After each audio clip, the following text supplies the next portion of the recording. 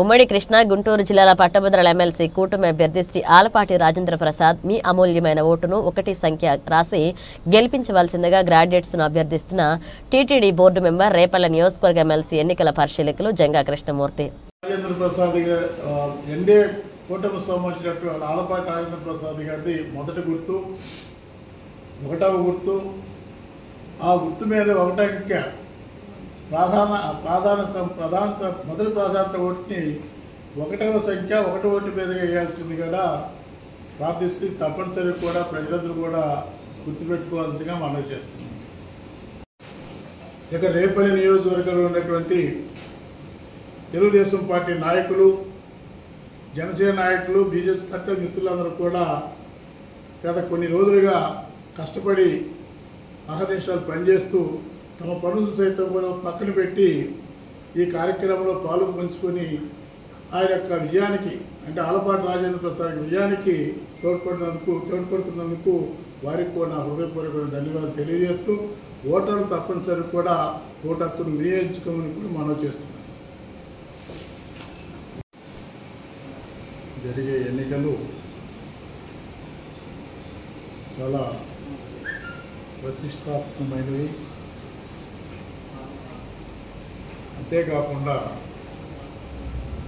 ఈ ప్రభుత్వం యొక్క పనితీరుకు నిదర్శనంగా రేపల్లి నియోజకవర్గంలో ఓటర్ల చేర్పు దగ్గర నుండి ఇప్పటి వరకు కూడా పనిచేసినటువంటి కష్టపడినటువంటి కార్యకర్తలకి, నాయకులకి, ఎన్డీఏ కూటమికి సంబంధించినటువంటి జనసేన, బీజేపీ సభ్యులందరికీ కూడా మనస్ఫూర్తిగా హృదయపూర్వక అభినందనలు తెలియజేస్తున్నాను. ఎన్నికలు దగ్గర పడ్డాయి. రేపు ఒక్కరోజు మాత్రమే సమయం ఉంది. దీన్ని మనం కార్యకర్తలుగా, నాయకులుగా మనమందరం కూడా సద్వినియోగపరుచుకొని ప్రతి ఓటర్ని ఎన్నికల బూత్ దగ్గరికి తీసుకొచ్చే విధంగా చర్యలు తీసుకోవాల్సిందిగా మనం చేస్తున్నాం. ఈ నియోజకవర్గానికి సంబంధించి దాదాపుగా 9,079 ఓటర్లు ఉన్నాయి.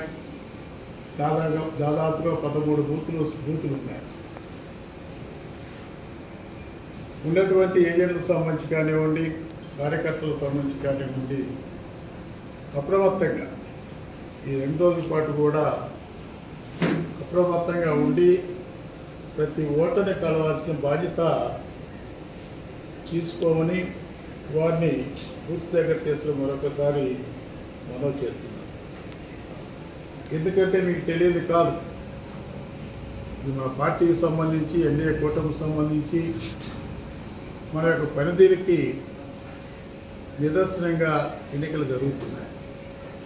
మనం కూడా అడిగాం, ప్రజల దగ్గరికి వెళ్ళి మా ప్రభుత్వాన్ని ఆశీర్వదించండి, మా ప్రభుత్వం అన్ని విధాలుగా అభివృద్ధి చేస్తుంది, ఈ ప్రభుత్వం ఏదైతే వాగ్దానం చేసిందో, ఎన్నికల ముందు ఏదైతే వాగ్దానం చేసిందో ఆ వాగ్దానాన్ని మొత్తంగా అమలుపరిచే బాటలో ప్రయాణిస్తుందని చెప్పడం జరిగింది. అంతేకాకుండా కూడా ప్రధానమైన సమస్య, ఈ రాష్ట్రం అభివృద్ధి చెందాలా, ఈ రాష్ట్రంలో ఉన్న అన్ని వర్గాలకు సంబంధించిన ప్రజలందరికీ కూడా న్యాయం జరగాల, మరీ ముఖ్యంగా నిరుద్యోగులకు సంబంధించి ఉద్యోగ సంవత్సరాల సమస్యల పరిష్కారం కావాలనేటువంటి దిశగా ప్రయత్నం చేస్తుంది ఈ ప్రభుత్వం. మనం చూస్తున్నా, ఇటీవల పేపర్లు చూసినట్లయితే అనునిత్యం ఈ రాష్ట్ర ముఖ్యమంత్రి అనునిత్యం ఈ రాష్ట్రాన్ని ఏ విధంగా అభివృద్ధి పదవుల్లో ముందుకు తీసుకురావాల ఆలోచనతో ముఖ్యంగా పారిశ్రామికవేత్తల్ని ఆహ్వానించి అనేకమైనటువంటి పరిశ్రమలు తెచ్చి ఈ రాష్ట్రంలో సుమారుగా 4 లక్షలకు సంబంధించినటువంటి నిరుద్యోగులకి ఉద్యోగాలు కల్పించాలనే ఆలోచనతో ప్రయాణం చేస్తున్నటువంటి పార్టీ ప్రభుత్వం ఈ ప్రభుత్వం. అంటే పరిశ్రమలు వచ్చినట్లయితే నిరుద్యోగ సమస్య పరిష్కారం అవుతుంది.